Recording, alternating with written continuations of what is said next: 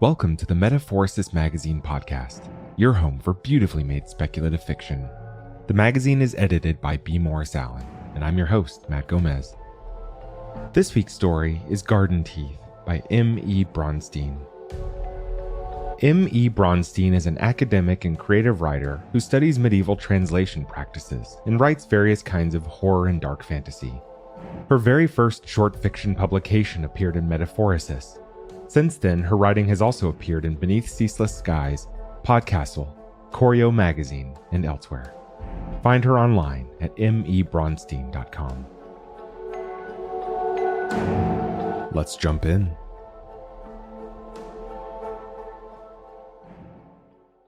Before she died, Ethel gave Julie a stapled packet of parchment paper, plump and noisy with seeds. "For your garden," she said. Julie didn't bother explaining that she lived in a tiny one-bedroom apartment where she and her husband struggled to keep a box of pansies alive on the windowsill. And they had only gotten those in the first place because pensée had Charles's favorite double meaning in French, thoughts as well as pansies. They were getting ready for the move, and both Ethel and the pansies had been dead about a year, when Julie rediscovered the seed packet. She tore it open, and little yellow-white teeth bounced and clicked across the countertop. "Oh, no," said Julie. "God damn it, Ethel, no!"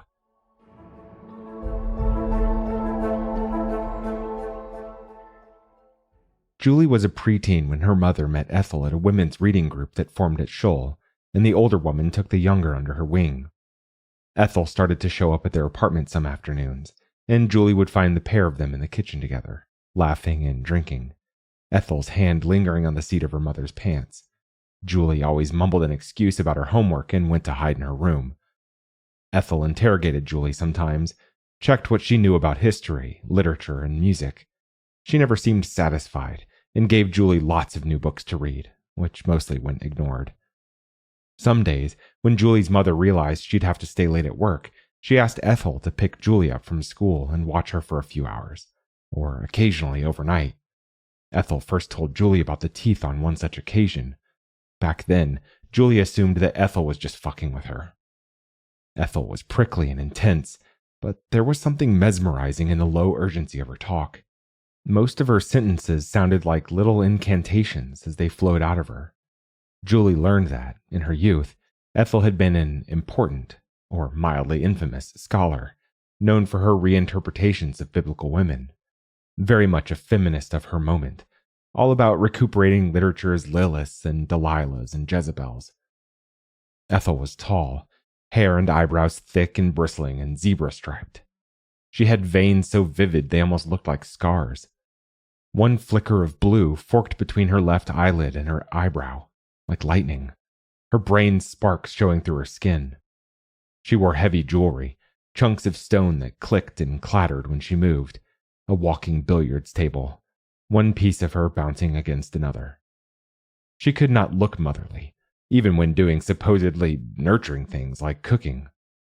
Years later, Julie would retain a vivid mental picture of Ethel, barefoot by the stove in her dressing gown, a cigarette tucked between her lips as she shooed tendrils of smoke and steam out of her gaze, and stirred a pot of bubbling, purplish red plum soup. Ethel tipped some leftover wine into the pot, then drank the dregs right out of the bottle.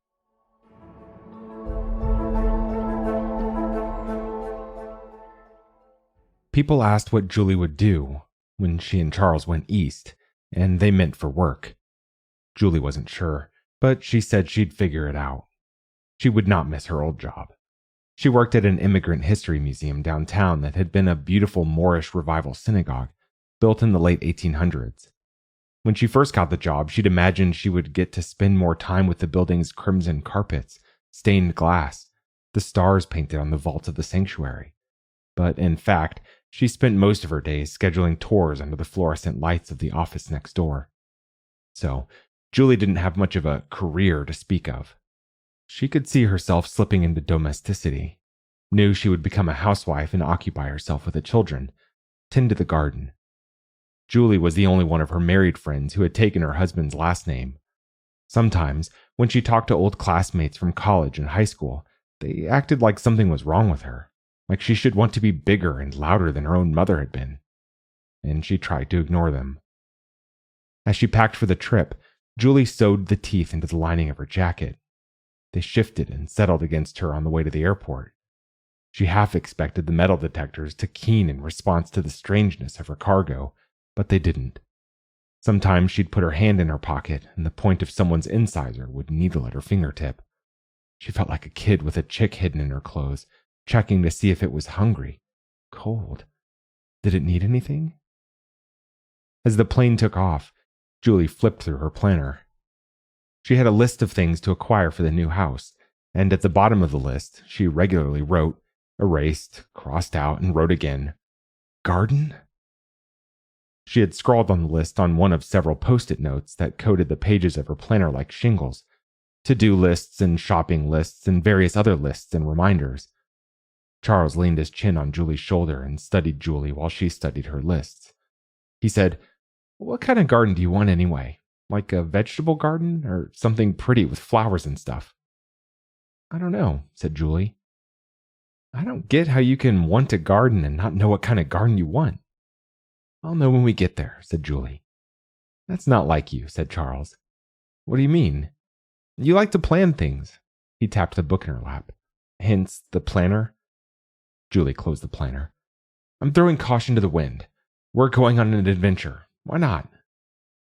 Adventure had been Charles's word for it, a way of gentling the sting of temporariness when, after 2 crushing years on the job market, he had finally given up on his hopes of an immediate professorship and accepted what was a more or less prestigious postdoc in what seemed like a pleasant place. Charles took the book away and laced his fingers through Julie's, clearly relieved that she was trying to see things his way. After the flight, they got onto a train that would take them into town, and a thin sheen of sweat glittered around Charles's temples as he struggled to hoist their bags up on a luggage rack. Then he became a sleepy puddle, his sneakers propped up on the seat beside Julie, as she sat opposite him and played with his shoelaces. Light and dark flickered out the window as they emerged from a tunnel, past trees and telephone poles. "Charles? Julie? Have I ever talked to you much about Ethel? Your mom's ex? The scary lady who died last year?" "Yeah, I wouldn't call her scary exactly. There was just something a little jarring about her." How to say whatever it was she wanted to say. Julie could almost feel the teeth chattering against her skin through the thin cloth of her jacket, trying to speak for her, through her. She told me the weirdest story once. It was about a family of witches who planted the teeth of their dead like seeds. Ugh, why? In the story, the teeth grew into trees and flowers that contained the witch's knowledge and memories. They couldn't just write that stuff down. Isn't that what writing is for? "The women in the story weren't allowed to read or write," said Julie. She asked suddenly, "Have you ever heard of a story like that before?" Charles always knew where stories came from. He thought for a moment, then said, "Well, Cadmus and Jason both plant dragon's teeth, but those teeth don't actually grow into plants. They become people. Then there's that one brother's grim tale, the singing bone. One brother kills another and buries him beneath a bridge, but his bone sings, 'My brother killed me.' But that's about brothers. This one is about sisters, and mothers and daughters and grandmothers. I'll look into it if you like, but I'm not sure I'll find a clear or exact source. Maybe it was something Ethel just made up? Anyway, did anything in particular make you wonder about this?" "I don't know.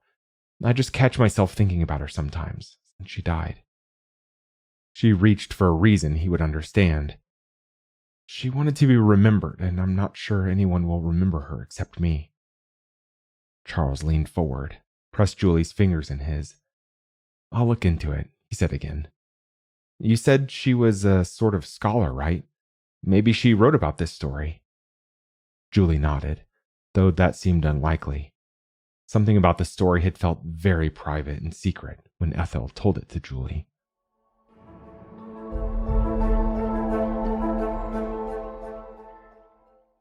"Listen," said Ethel. "There's a story I should tell you." Julie tried to figure out a way to tell her she wasn't that little. Like, seriously, she was 12. and she didn't need a bedtime story or whatever. Ethel settled at the foot of her bed anyway and tried to figure out a way to begin, and Julie let her because she didn't know how to ask her politely to leave. At last, Ethel found her way into her story. Once, there was an old woman who lived in a big house with her daughters and granddaughters. People don't like women who live in a big house altogether, especially when they have sharp teeth, which these women did. Their neighbors spread rumors that the old woman and her daughters and granddaughters put on snakeskin at night and slithered through town biting people, poisoning them as they slept. And this wasn't the first time people had said things like that about these women. The old woman had run away and started over in many, many different places over the course of her youth, and she was getting tired of it. She and her daughters were never allowed to learn how to read or write. People were afraid of what they would do if they could write things down. Anyway, during the old woman's final years, 2 of her daughters died. I don't know if people killed them or if they just died of some combination of hunger and sickness. Anyway, the old woman's youngest granddaughter noticed that as her aunts died, new flowers appeared in their garden, and the old woman explained to her, "Your aunts are not truly dead. They are still here. They can still speak to us." One day, the old woman gave her granddaughter instructions to go foraging in the woods, and she told her she should not come back for 3 days. The granddaughter asked why, and her grandmother wouldn't tell her. But the granddaughter was dutiful. She did as she was told, and when she returned home, she found everything broken and blackened.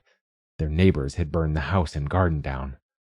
The granddaughter remembered what her grandmother had told her, that her aunts could speak through the flowers.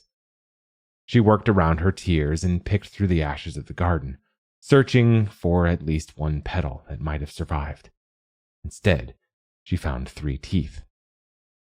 She hid the teeth in her boot and spent many years drifting as her grandmother once had. Some strangers who didn't know any better would take her in and let her work in their kitchens, their barns, until something crept out of her that frightened them. A glimpse of teeth just a little sharper than most people's are. And then she would run away again. Eventually, she found a little village where she kept her mouth shut and didn't bother anyone, and so her neighbors grew accustomed to her and let her be. She settled in a hut with a patch of dirt where she grew a new garden, and she collected a couple of beggar girls and made them her daughters. The granddaughter, now a mother, planted her family's 3 teeth, and they grew into a mulberry, a willow, and a fig tree. Sometimes when she listened to their leaves, she heard whispers, but they never amounted to anything meaningful. But when she tore a switch from her willow and stirred her stews with it, or when she drank tea made of the mulberries and fig leaves, she started to understand. Her garden gave her verses, rhymes, stories, prayers. In a nutshell, knowledge. And the granddaughter became an old woman in turn, and she remembered old spells and poems, and spoke in others' voices, and riddles. Once, she hadn't been allowed to read. Later, she was too busy moving and surviving to learn. Now, at last, she had time, but she was too old and tired. She never learned and so never taught her daughters. She decided it didn't matter. They had their gardens instead. And one day, she told her eldest granddaughter, "When I die, you must pluck the teeth from my skull and plant them in your own garden." Ethel watched Julie for a reaction. Julie said, "Gross."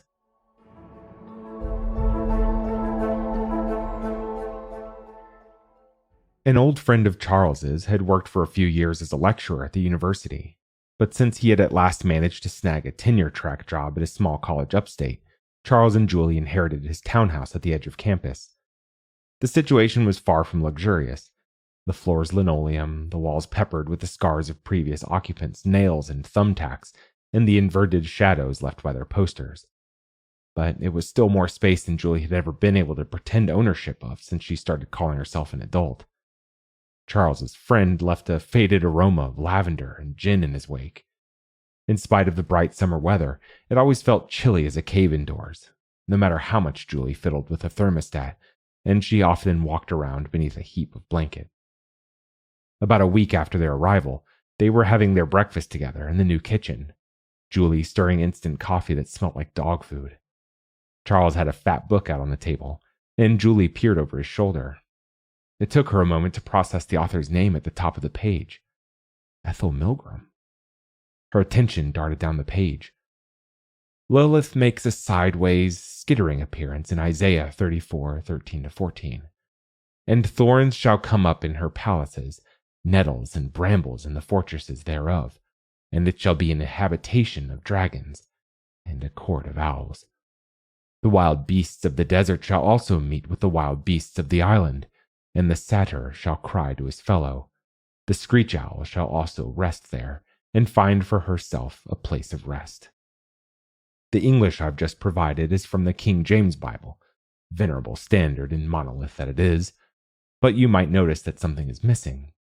Where, oh where is Lilith? I promised we would find her here. I'll tell you, she's hiding. She does that.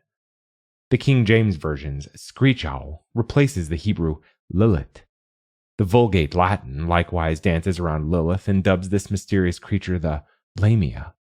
And so we have two phrases of erasure, in Latin and in English. Ever since, Lilith has hidden in various literary corners. In accordance with this pattern, I read her as hidden in Keats's Lamia. Picture her, coiled underground, under the page, waiting. And then there was more stuff about the Keats poem, which didn't mean much to Julie since she had never read it. There were two pictures reproduced in black and white on the verso. Dante Gabriel Rossetti's Lilith, brushing her lustrous heap of hair, and John William Waterhouse's Lamia, on her knees before her unsuspecting knight, crumpled snakeskin hidden in a corner of the scene. I've been looking into Ethel's work, said Charles needlessly. I haven't found anything about teeth yet, but it appears dear old Ethel had a serious thing for Lilith, and other snaky, demonic temptress ladies who eat children and lure silly men to their deaths. And what do you think of Lilith's work? Oh, it's interesting, entertaining. This fever dream of theorizing isn't really my style, I guess. I'm a stodgy and traditional researcher, and I like my clear and explicit arguments and evidence, thank you very much. I don't really get this stuff that was in fashion a few decades ago, where you can almost smell the weed on the pages. But you should read and see for yourself. Julie almost laughed. She knew already it would hurt to follow the windy path of Ethel's thought through her early morning brain fog. Maybe later, she said. She stepped toward the sliding door beyond the kitchen table, and it stuttered on its track as she shoved it. She hovered on the threshold and let a breeze twine around her hair and ankles, much more rousing than the coffee. Charles came to her side and they studied the lawn, a little stretch of grass with a chain-link fence around its perimeter. There was a big planter box with a pale wooden frame, poorly sanded and ready to give them splinters. Well, said Charles, what's it going to be? Vegetables or flowers or rocks or sculpture? That should about cover all possible gardening things, right? Flowers, said Julie. Charles agreed. Flowers.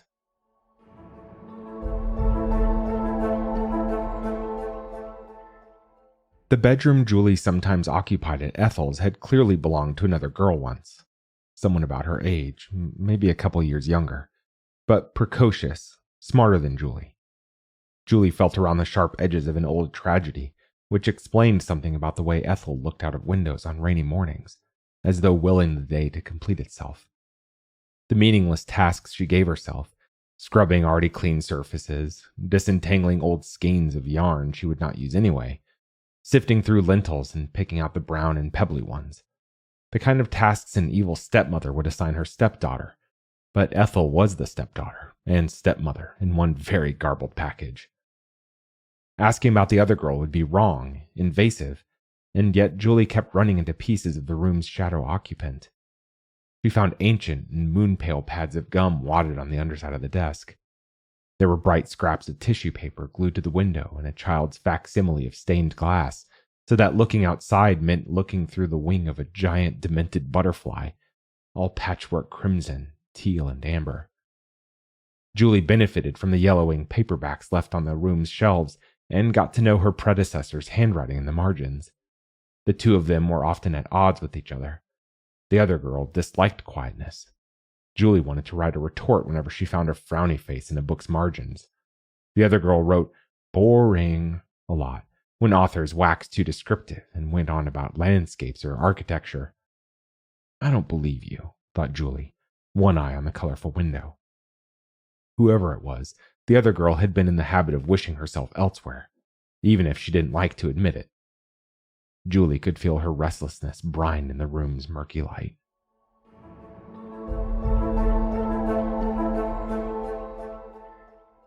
Julie was not a natural gardener.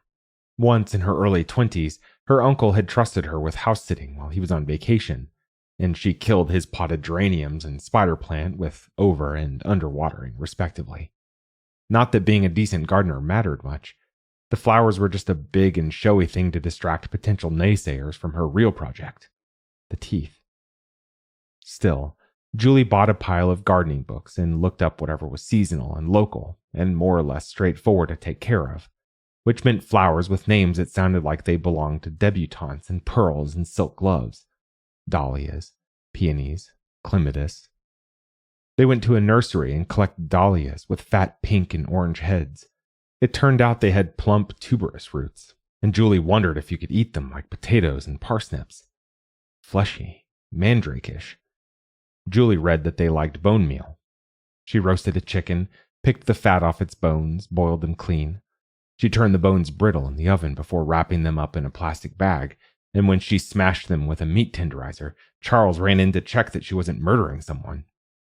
Later, Julie sprinkled bone dust into holes in the planter box's soil, hefted the flowers, and set their tubers gingerly in place.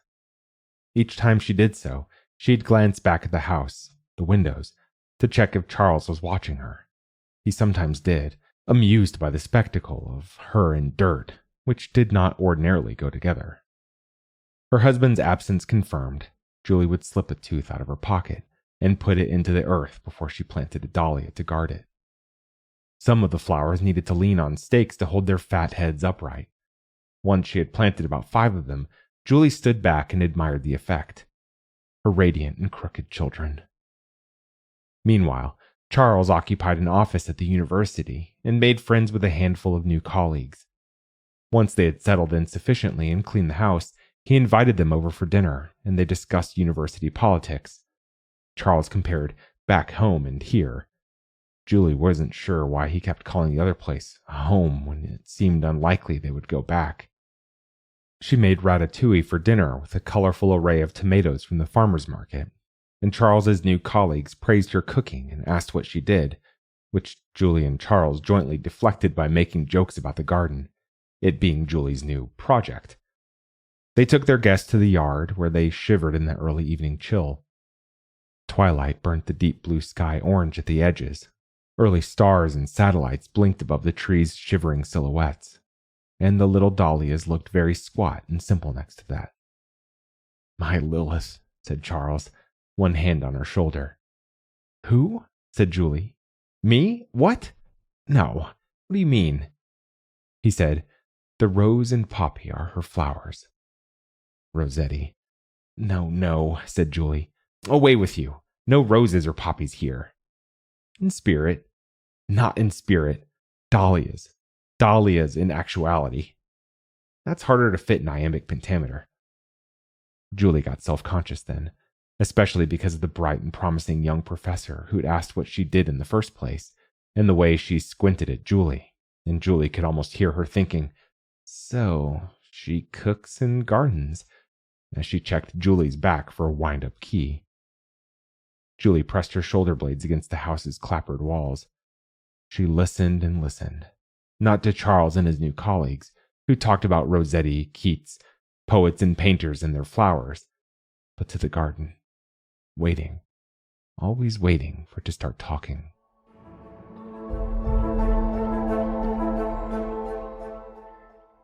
One day, Ethel unearthed a cigar box hidden behind old, dark bottles of whiskey and Amaro in the liquor cabinet. Inside the box were several little muslin bags, each tied shut with a pale string. Ethel took one of the bags out and handed it to her. Julie loosened its opening and carefully spilled some of its contents into the palm of her hand. There were bits of dried flower, fragrant and brittle, and a few shriveled pods. It all smelled like earth and roses and decay. Ethel gestured for Julie to give the bundle back to her. She transferred its contents into a tea ball, which she submerged in a mug of hot water. She gave it to Julie. "Drink," she said. Julie hesitated. She remembered the story. The granddaughter who stirred her witch's brews with willow wands and nibbled like a silkworm on mulberry leaves and was changed by what she consumed. "Drink," said Ethel, and Julie didn't know how to get around the clear note of command. The tea was still very hot and it burned her tongue. She waited, terrified, expecting to croak, for toads and snakes to fall out of her mouth like the wicked girl in that one fairy tale. Ethel watched her until she drank the whole mug of tea, then took it from her and dropped it in the sink amid a mounting pile of dirty dishes. Julie kept waiting, but nothing happened, and that almost disappointed her.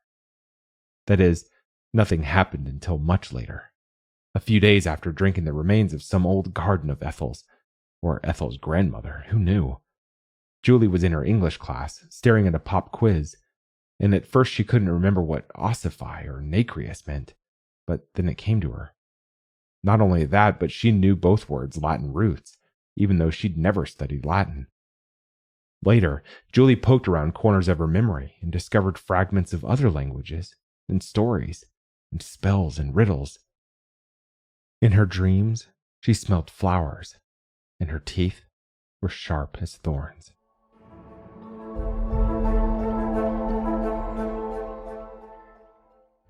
The dahlias had been in place about a week when they started to wither.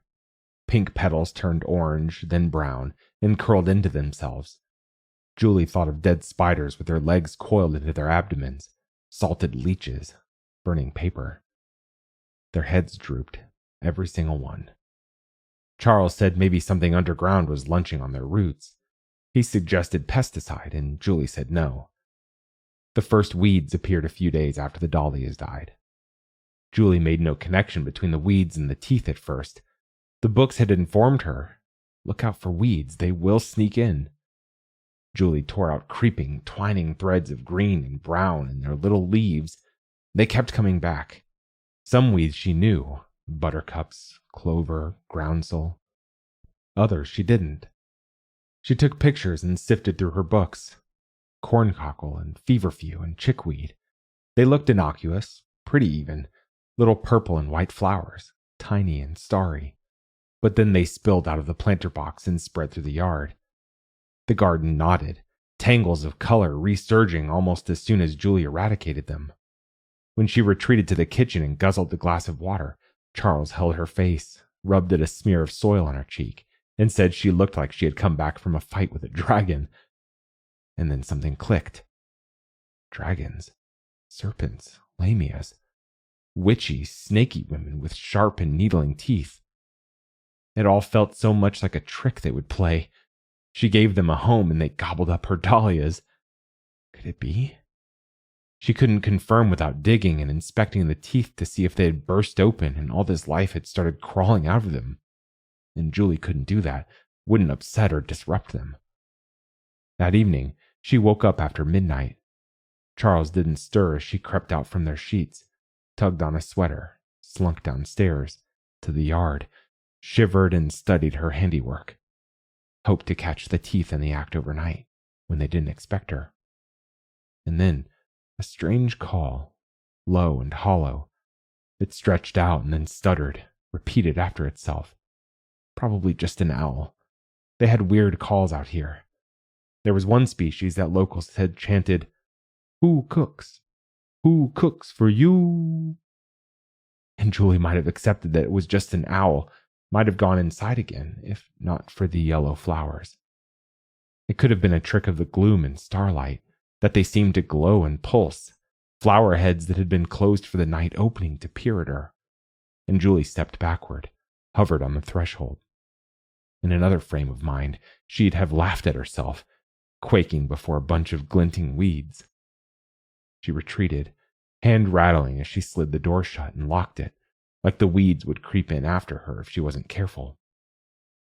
She went back to bed, and wondered if Charles would notice when he woke up that they had new neighbors, a little coven of dandelions that hadn't been there the day before, weedy lion's teeth bristling out of the earth.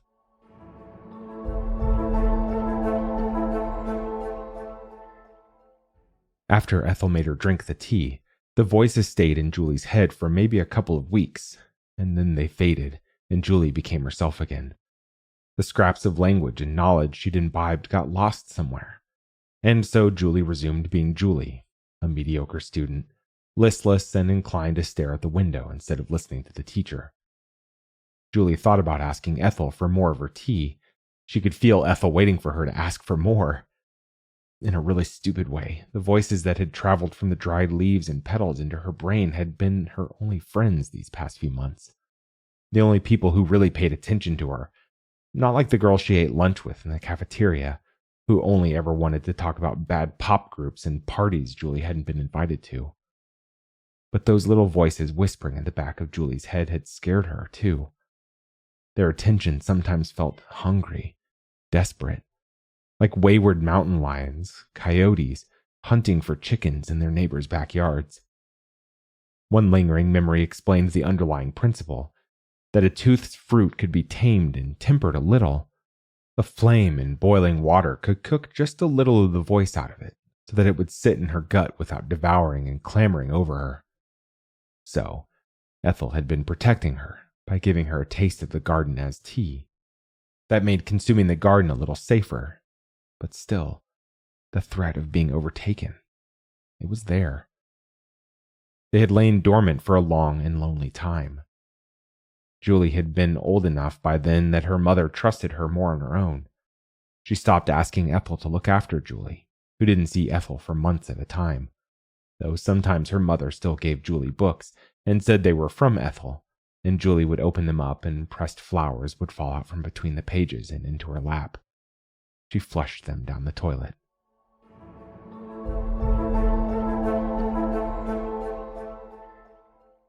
Dandelions' yellow and white heads dotted the planter box and the surrounding grass, a lacy froth of petal and pappus. The planter box had turned into an overflowing pool of weeds, greens and tawny golds, shocks of purple and white and yellow, that spilled out and softened the boundary between the box and the rest of the yard. Charles approved. The other flowers, what were they again? Dahlias? That was all wrong. I see it now. Manicured, artificial. This feels wilder, more natural. It's pretty. But he only said that because he couldn't hear them. Not that Julie could either, really, but she almost could. Maybe they had been quiet for so long they'd forgotten how to talk, and so they couldn't communicate in any identifiable language. But there was an intensity about the garden, a ghost of noise, like a faraway growl of thunder, an itch buried deep in Julie's skull. She gathered dandelions, tucked them into her hair, arranged them in mason jars, and left them to wilt on the kitchen table. She kept them nearby. She listened, and they wouldn't talk. Later, Julie wouldn't be sure what took her so long, why she hesitated. One day, she had spread a picnic blanket in the yard and had a sun hat on and lounged with a magazine in her lap. Some of the flowers were heavier than they should have been, their petals brittle, almost like they were tiny, very accurate sculptures of flowers rather than the real thing. Julie closed her book and plucked a pale globe of dandelion. She twirled its waxy strand of stem between her fingertips. She tried not to fidget it to death, but it still shed feathery seeds across her lap.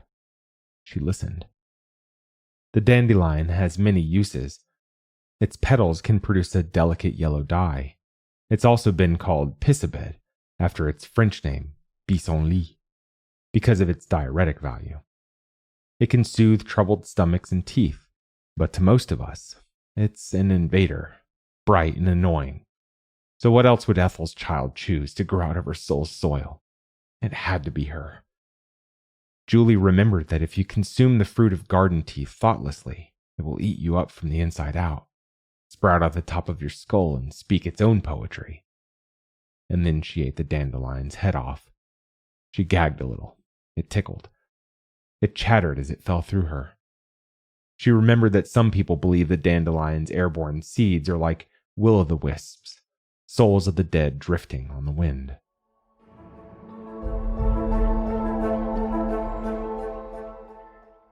Even after Ethel and Julie's mother grew apart, they still talked a lot, and Ethel always asked how Julie was doing and still sent her too many damn books.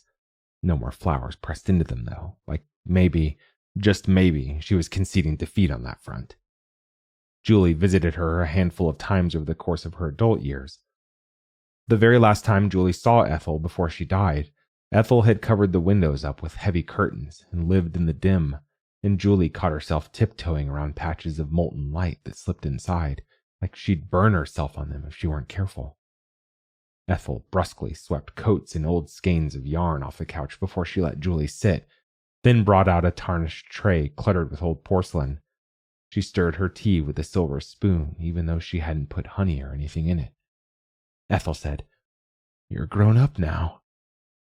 "I don't feel very grown up," Julie said mechanically. "And you're married?" "Yes," said Julie. She rushed to add, "If there had been a real wedding, we would have invited you.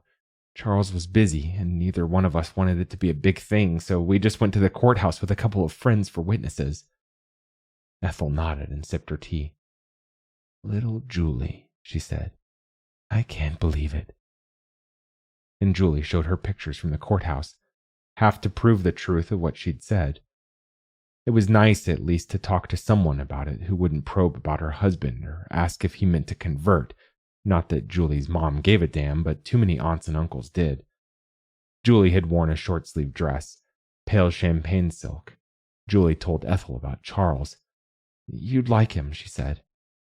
"I'm sure you'll be very happy," said Ethel, as if the prospect bored her. "Cheers." She startled Julie then by asking when they would have children. She didn't ask if they wanted children, but when, as though the children in question were an expected infestation, like cicadas, and Ethel had only forgotten where they were in the cycle, how many years were left until they swarmed above ground again. "That's kind of a personal question, Ethel. Can't I ask you kind of personal questions?" "I guess. Well, the answer is I don't know. Soon? Before long?" And then Ethel startled Julie again by talking about her own daughter. "We used to have a garden," said Ethel. "Her daughter used to dig holes in it. She said she was digging a well. She'd come inside and fill a plastic bucket with water, take it out, sloshing all over the place, fill the hole she'd dug, then would get upset when the water just faded into the earth and it darkened and softened. She loved dandelions, but only after they'd turned pale and feathery, and she'd breathe them to pieces. She didn't know that some people think dandelions are prophetic. Blow and then count the leftover seeds, and you will learn how many years you have left to live. She loved the buttercup game, but always held them too close to her chin and crushed them. Ethel's daughter spent less and less time in the garden as she grew up. Ethel had been trying to think about ways to entice her back into the garden when, well, you know. Forcing her would have backfired anyway. She was the kind of daughter who would scream and squirm if made to do anything she hadn't decided on herself. They shook hands as Julie left. Ethel's fingers felt so small and dry, but she clutched Julie's hand so tightly, her heavy rings became signets, marking Julie's skin like wax.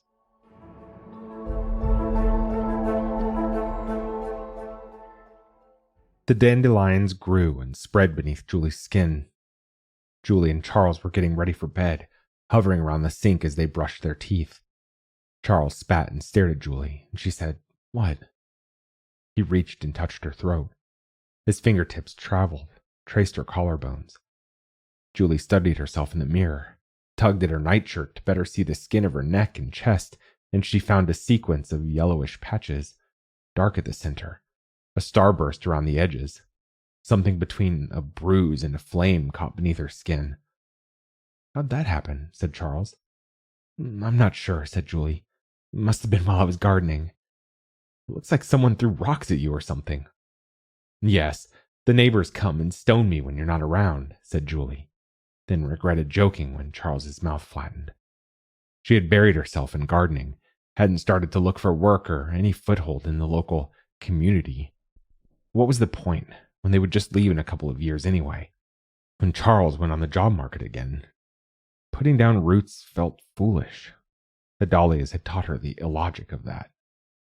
It's probably some kind of rash, said Julie. An allergic reaction. I must have touched something funny in the garden and scratched myself. It didn't hurt or burn or itch, though.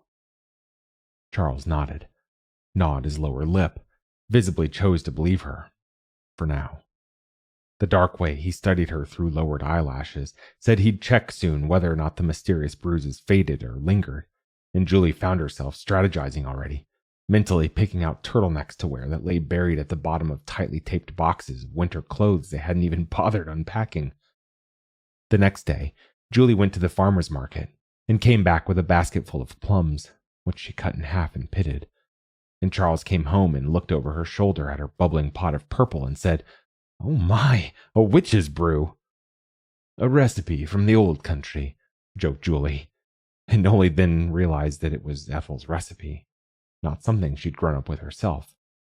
She said that plums were in season, and he asked if she needed help, and when of course she didn't, he set up his books on the table and kept up whatever work he'd started earlier in the day at the university. While Julie leaned over the pot and its steam curled up in her hair, he spoke.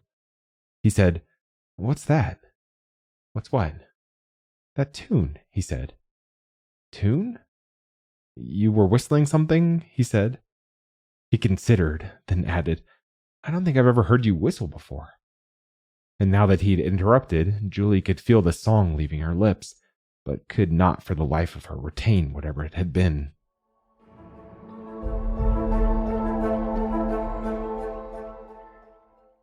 Julie forgot to answer sometimes when Charles said, "Julie? Earth to Julie." She forgot again and again that that was her name.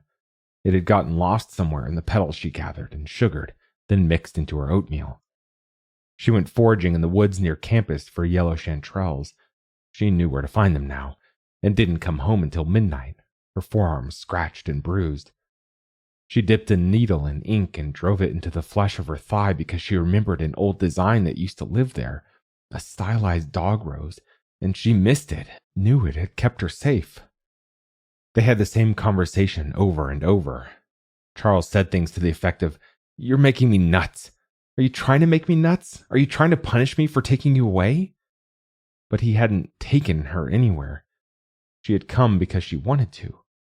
Julie had followed him because that was Julie's thing, to find someone to trail after because she didn't know what to do with herself otherwise.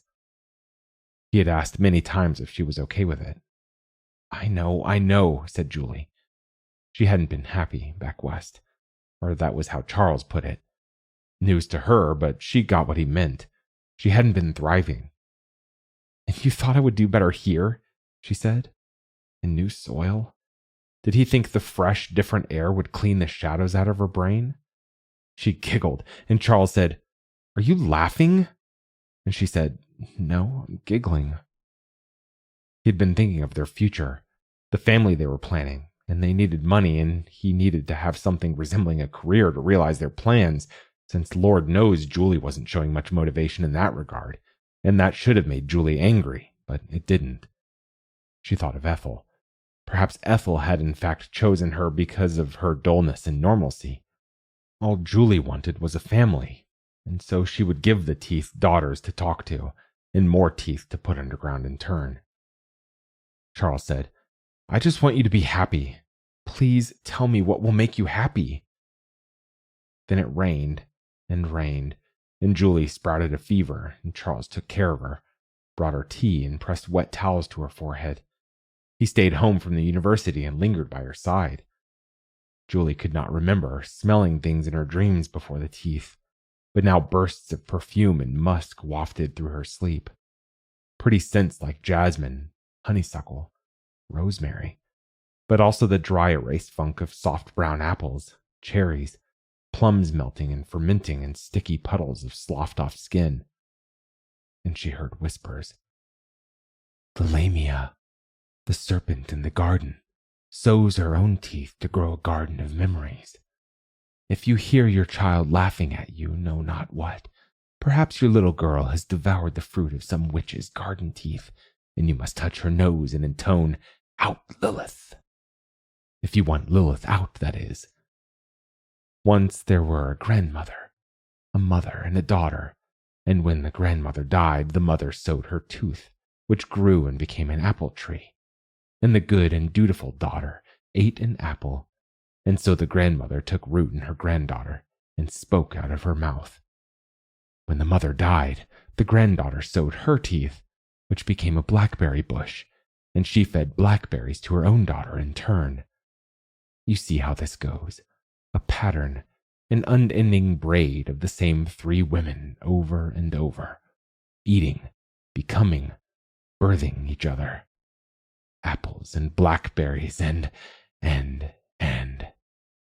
cloves, or maybe clematis or cardamom. Around goes the daisy chain. Sometimes a young girl slipped through Julie's dreams, about 9 or 10 years old, a flash of dark hair, wavering behind a tree, playing hide and seek. Julie stepped toward her. A branch snapped beneath her weight. The child giggled and lurched away. She ran uphill, and Julie followed her. She was losing her. The girl was going too fast. Julie wanted to call after her, demand that she stop, but she couldn't. She touched her own mouth, pried her lips apart, pulled on her tongue to make sure it was still there. "Rose!" she called, because that, it turned out, was the girl's name. And Rose stopped. She had led Julie to a clearing in the middle of the forest with a house in it, an ugly, squat little gray building, but surrounded by a colorful and very weedy gated garden. The gate was open, and Julie stepped through. The garden was full of dandelions and bees and flies and life. It turned out to be much more expansive than it had seemed from just outside the gate. Tall grasses brushed against Julie's skirt. Thorns prickled against her skin. She followed an avenue between densely gathered shrubs and low trees with twisting branches. The scene darkened as she got lost in it, the swampy green dim interrupted only by starbursts of dandelions. Behind her, Rose said, "How to entangle, trammel up and snare, your soul and mine and labyrinth you there, like the hid saint in an unbudded rose." They took one turn, then another, and another. Julie realized she wouldn't be able to make her way out of this place again without Rose's help. The girl laced her fingers through Julie's and led her deeper into the maze of trees and dandelions, and Julie led her.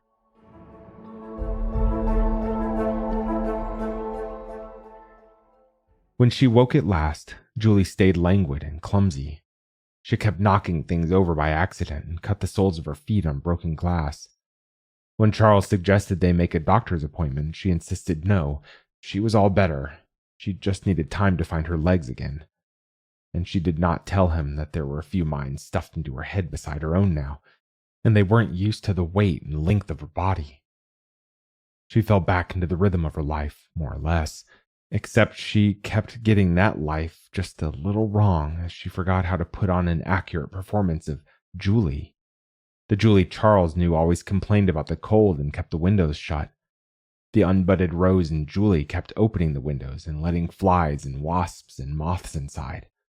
Charles hated things that tasted like licorice, and Julie knew that, and yet she kept putting caraway and anise in their food.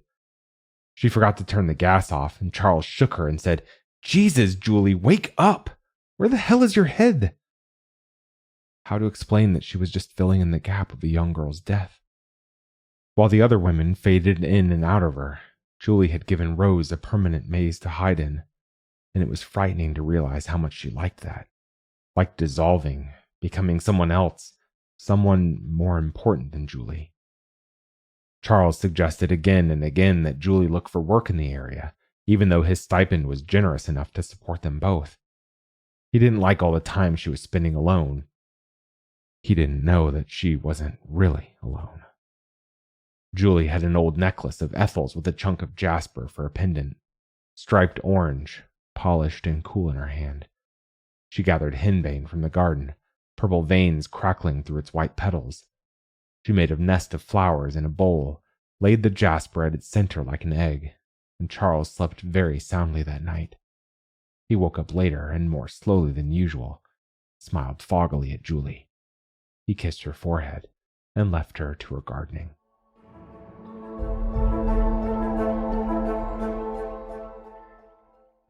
As autumn came and the garden wilted, Julie wrapped bouquets of dandelions in twine, pressed buttercups between the pages of Charles' books, sealed nettles and mallow blossoms in jars. She brewed teas and broths and sifted through thoughts that weren't hers. She had a faint recollection of pliers, cotton, a little plastic bottle of rubbing alcohol, and blood on white porcelain, fading to pink as it mixed with water. Ethel, tugging out one of her own teeth before she died. Faded memories of her mother came and went too. How Julie's mom stared at Ethel with wide eyes. How she called her brilliant and sharp, like she was a sunrise or a cliff face, not a woman, even though sometimes all Ethel really wanted was to be soft and muted with someone. Charles started to apply to jobs again. Last time he had gone through this process, he asked Julie's advice, made her read his dossiers, probably just so she felt involved even though she didn't always understand the point of his work. This time, however, she became much more interested. She scribbled questions in the margins of his writing samples. She dashed off check marks when Charles said something surprising or creative. She wrote boring when he went on too much and made basically the same point over and over. Charles laughed and said, "Harsh, but okay, I see what you mean." Julie whispered to the dried garden by moonlight, and offers came in the spring as the garden bloomed again. They started to talk more about the things they used to dream up together. They talked about children, what they would call their daughters. They talked about these things even when the henbane and Jasper started to wear off, and Charles looked at her so warily sometimes, like he didn't recognize her. Julie knew his uneasy sense that she wasn't, quite, or just the person he'd married, would slowly push them away from each other, the way creeping weeds and ivies can become part of a wall, and then dismantle it.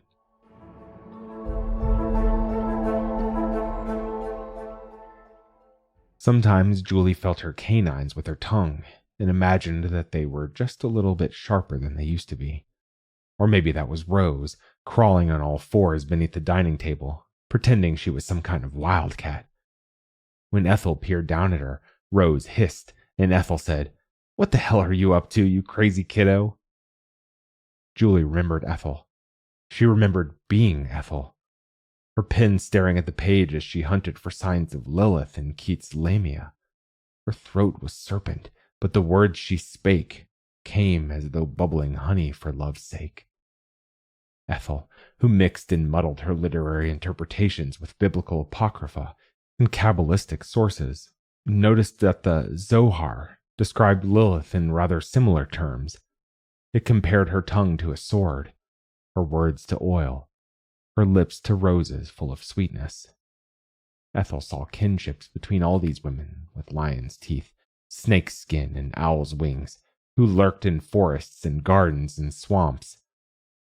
Julie remembered being Ethel, sitting at the edge of Rose's bed, and then Julie's, telling her a story. And Julie remembered, no, Julie could foresee. It was hard to tell the difference between remembrance and foresight when you were just part of a daisy chain of mothers and daughters, of Liliths and Lamias. How she would do the same damn thing, tell the same story to a resistant daughter, who would maybe become a little less resistant over time. It was hard to imagine Charles, who had once loved her docility and quietness, being or staying a part of that picture. Best to hide as much as she could from him. Julie remembered and foresaw as she washed the dishes. She'd hung a crystal and brass suncatcher by the kitchen window, and flakes of iridescent shadow wavered up and down her arms. Charles paced in the next room, describing 2 competing job offers to his parents over the phone. After their talk petered out, he rejoined Julie, dried the dishes she had already cleaned. He reported on the call, then asked, "So, what do you think? Where should we go next?" Julie said it didn't matter. They could go anywhere, so long as she had space for a garden. That was Garden Teeth by M.E. Bronstein. Thanks for listening. If you enjoyed this episode, we'd love it if you'd leave us a 5-star review on Apple Podcasts, Spotify, or whatever platform you listen to us on.